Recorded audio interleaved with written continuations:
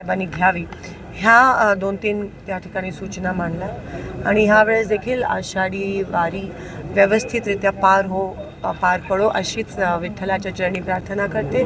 सगळे रिंगण जे आहे आपल्या बाजीराव वीरमध्ये सोलापूर आता ह्यावेळेस माझ्या मतदारसंघात होणार आहे आणि मी नक्कीच पालखीच्या स्वागतासाठी त्या ठिकाणी वाखरी गावात जाऊ इच्छित आहे.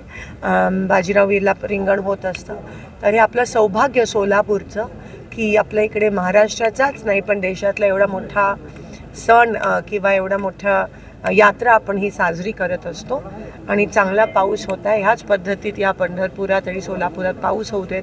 सगळे तहानलेले जे शेतकरी आहेत त्यांची इच्छा पूर्ण होऊ देत अशी मी विठ्ठलाच्या राहुल गांधी येणार आहेत का? उपयोग व्यवस्थित होत नाही, कामं अनेक निकृष्ट दर्जाची होतात. त्याच्यावर काय आपण थोडंसं ऑब्झर्वेशन लक्ष नाही 100% पंढरपूर शहराची असेल मंदिर परिसराची असेल ही विकसित झालं पाहिजे.